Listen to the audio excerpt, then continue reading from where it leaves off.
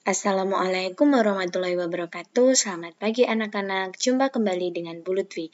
Hari ini kita akan belajar tema 1 manusia dan hewan, subtema 3 lingkungan dan manfaatnya, pembelajaran 1 sampai 3. Sebelum kita mulai, mari kita berdoa terlebih dahulu. Berdoa dipersilakan.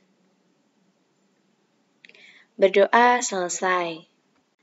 Anak-anak sudah tahu belum cara memelihara kesehatan alat gerak manusia? Kita perlu menjaga kesehatan tulang dan otot, karena hampir semua aktivitas kita menggunakan alat gerak berupa tulang dan otot.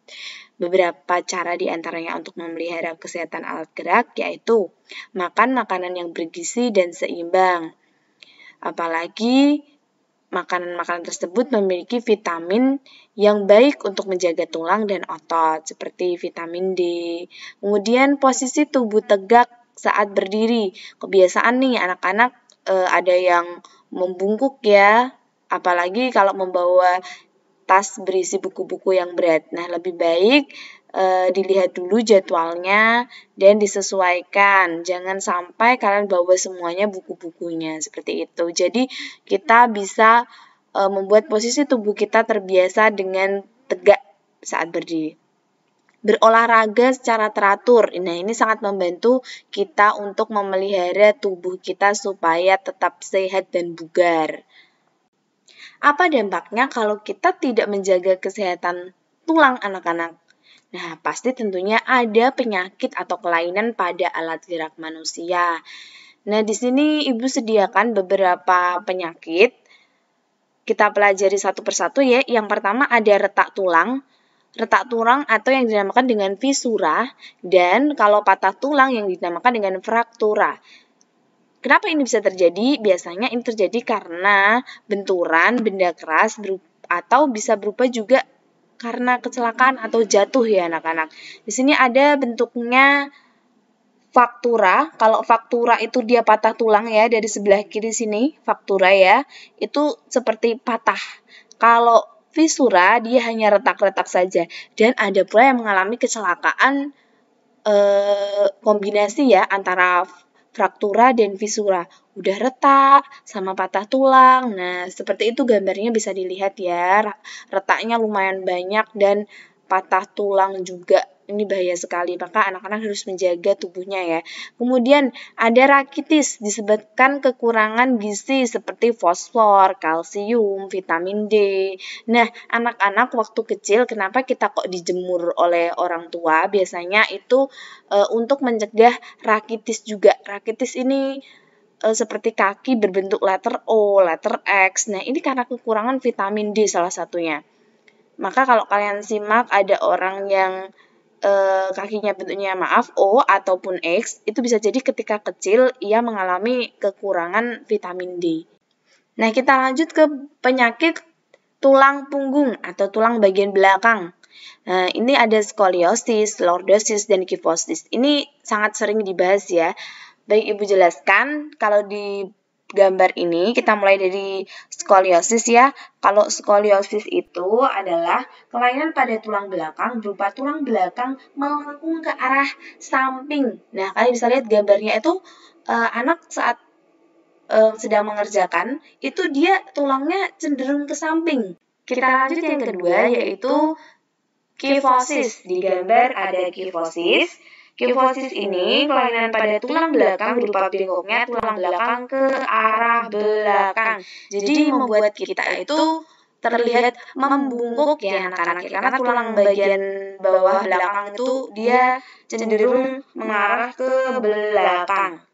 Kemudian kita lanjut ke lordosis. Kalau lordosis ini kelainan pada tulang belakang berupa bengkoknya tulang belakang ke arah depan. Jadi yang bagian tulang belakang itu dia bungkuk ke arah depan. Dan yang terakhir ada osteoporosis. Osteoporosis ini merupakan kelainan tulang yang disebabkan menurunnya kepadatan tulang. Jadi kalau kalian lihat pada gambar ini terlihat bahwa posisi rongga-rongga tulang ini tuh seperti melebar dan rawan keropos ya anak-anak. Ini biasanya dialami oleh para lansia-lansia atau usia 50 ke atas. Nah, cenderung mengalami osteoporosis. Kemudian kita lanjut ke menentukan ide pokok dalam teks berulang-ulang. Pasti ini lagi ya anak-anak. Kalian pasti sudah tahu sebuah teks terdiri dari beberapa paragraf. Setiap paragraf memiliki ide pokok yang berbeda. Ide pokok merupakan inti atau dasar permasalahan dalam suatu teks. Ide pokok dirumuskan dari kalimat utama. Kalimat utama biasanya terletak di awal paragraf, akhir, atau di awal dan akhir paragraf. Dengan mengetahui ide pokok yang terkandung dalam suatu teks, kamu akan lebih mengetahui masalah utama yang disajikan di dalam teks tersebut. Ibu rasa kalian sudah bisa mengambil gagasan pokok dari suatu teks. Kita lanjut ke dalam pengertian komik. Komik adalah suatu bentuk karya seni yang menggunakan gambar-gambar tidak bergerak dan disusun sedemikian rupa sehingga membentuk jalinan cerita. Jadi biasanya ada balon-balon teksnya di dalam komik itu. Cerita komik disajikan dengan adegan beberapa gambar disusun secara berurutan. Fungsi kata-kata pada komik ini apa? Untuk menjelaskan, melengkapi, dan memperdalam penyampaian gambar secara keseluruhan. Kalau di sini kalian baca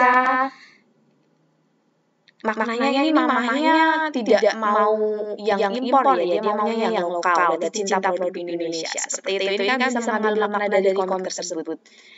Kita lanjut. Pengaruh kondisi geografis Indonesia sebagai negara maritim. Indonesia merupakan negara maritim loh anak-anak. Apa yang dimaksud negara maritim? Adalah negara yang memiliki perairan yang luas. Tidak hanya mempengaruhi kondisi ekonomi, negara maritim juga mempengaruhi kondisi sosial seperti pertukaran budaya.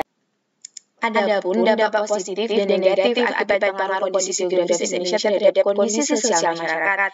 Dampak positifnya memudahkan komunikasi dan interaksi antar masyarakat. Yang kedua, pengaruh budaya yang baik dari dalam atau luar daerah sehingga memperkaya keberagaman budaya.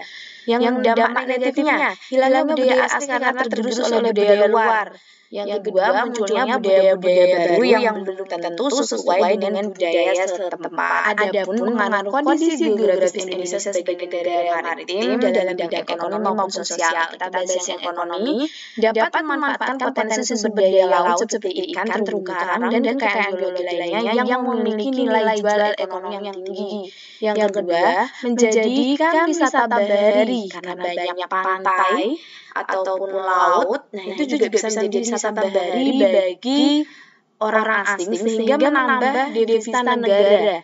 Jadi perekonomian Indonesia semakin meningkat. Kemudian sumber energi minyak dan gas bumi menjadikan Indonesia sebagai pengekspor ke luar negeri ya, seperti itu. Kemudian lanjut ke pengaruh kondisi geografis Indonesia sebagai negara maritim terhadap kehidupan sosial. Tadi sebenarnya sudah kita bahas, tapi kita ulang lagi di sini.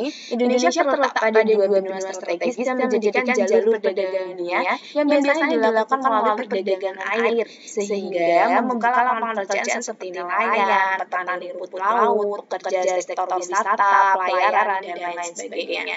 Jadi mengurangi tingkat pengangguran dan menambah lapangan pekerjaan ya tentunya. Kemudian pekerjaan bagi ini salah ketik ya anak-anak. Jadi percampuran adat ataupun budaya akibat banyaknya negara lain yang menetap di Indonesia. Jadi semakin banyak keberagaman yang dirasakan di Indonesia karena adanya percampuran adat istiadat. Perilaku yang sesuai dengan nilai-nilai Pancasila, kita lanjut ke PPKN sila yang pertama, menunjukkan bahwa setiap warga negara berhak memeluk agama sesuai keyakinannya. Sila yang kedua menunjukkan bahwa setiap warga negara memiliki hak dan kewajiban sebagai warga negara. Yang ketiga, sila yang ketiga menunjukkan setiap warga negara diharuskan mencintai tanah air serta menjaga persatuan dan kesatuan dalam keragaman suku, agama, dan budaya. Sila yang keempat menunjukkan setiap warga negara harus mengutamakan kepentingan negara dan masyarakat. Sila yang kelima menunjukkan setiap warga negara harus memiliki sikap gotong royong dan peduli antar sesama. Nah, itu tadi materi tema 1, subtema 3 pembelajaran 1 sampai 3. Silakan anak-anak kerjakan penugasan berikut 10 soal saja dikerjakan di buku tulis tema dengan soalnya, kecuali yang bagian paragraf tidak perlu ditulis. Kemudian hasil pekerjaan difoto dan kirim WA Putri. Sekian dari Putri, terima kasih. Wassalamualaikum warahmatullahi wabarakatuh.